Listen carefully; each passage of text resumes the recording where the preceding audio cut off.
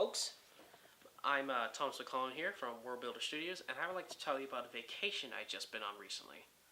Now, this is a vacation I took over in Europe, actually, for a while. I was in Amsterdam, actually, for a while. Beautiful city. Lovely culture, nice layout. The buildings are beautiful, and of course the red light district ain't that bad either. You know what I'm saying, fellas? But, more importantly, I went on a bus, actually. A bus taking me on the tour of all the windmills in the area. And then things got kind of weird. Like, for one instance, I'm on this bus in Holland, in the Netherlands, and, like, everybody on the thing is speaking English the entire time. That was weird, man. Just weird.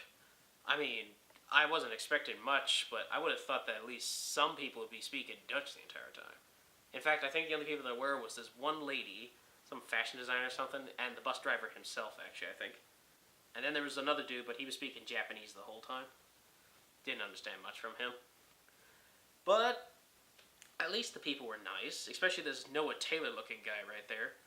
Although he was a little creepy, as most Noah Taylor-looking characters usually are. And then there's this one character who I met. She was very nice. Although she's an Australian actress that's being played by a British actress, which I didn't understand. I asked Noah Taylor what was going on. He said apparently he taught her the accent. I said, oh, that makes sense now. Anyways, tell me if you heard this before, guys. Our bus broke down in the middle of an abandoned part of Holland. Sound familiar?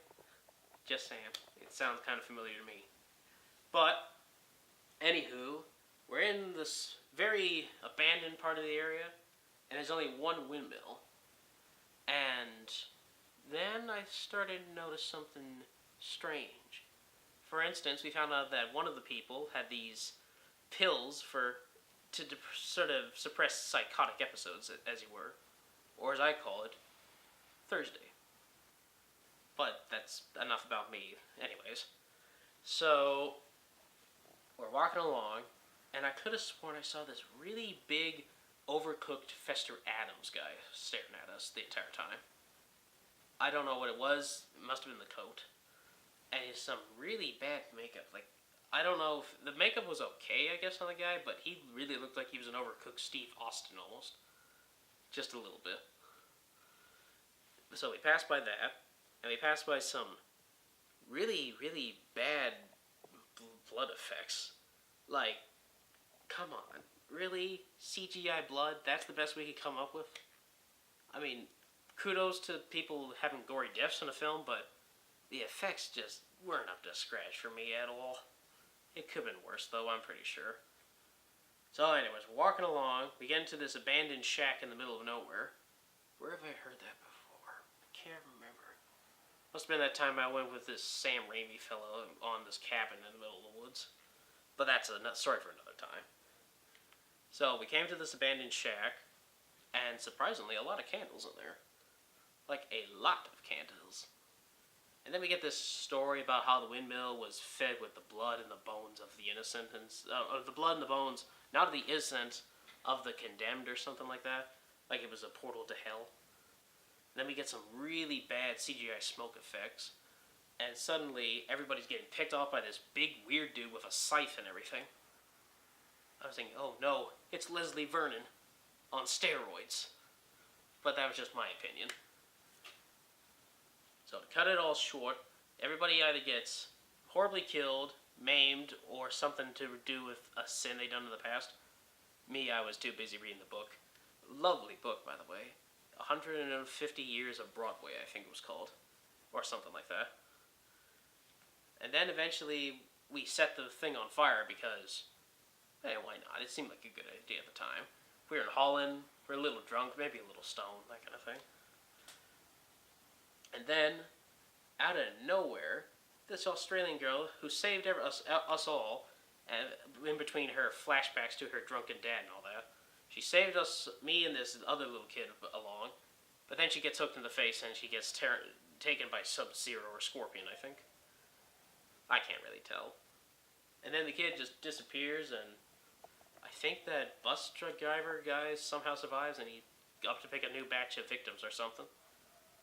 So, overall, what would I have to rate this vacation? I'd have to say it's a 4 out of 10 for me. I mean, sure, it's got an interesting concept and it's in a nice new location that we don't see an awful lot, but the effects were kind of bad. The story was sort of boring and slow in some areas, and the acting was subpar at best sometimes for some areas. But at least I got to do it. Now, I have to go, guys. I'm sorry to say this, but I got a vacation away in New Zealand. I heard they got a bad taste little thing going on, so that's all I gotta say. Bye-bye now, guys. Bye-bye.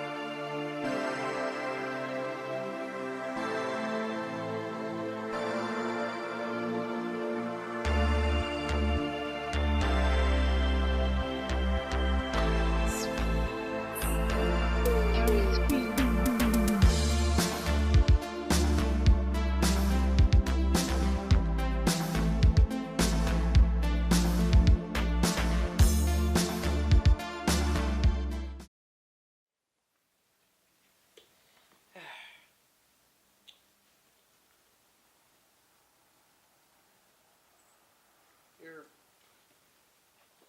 You're still here. What are you doing? It's over. Go home. That's the best we got, kid. Maybe next time.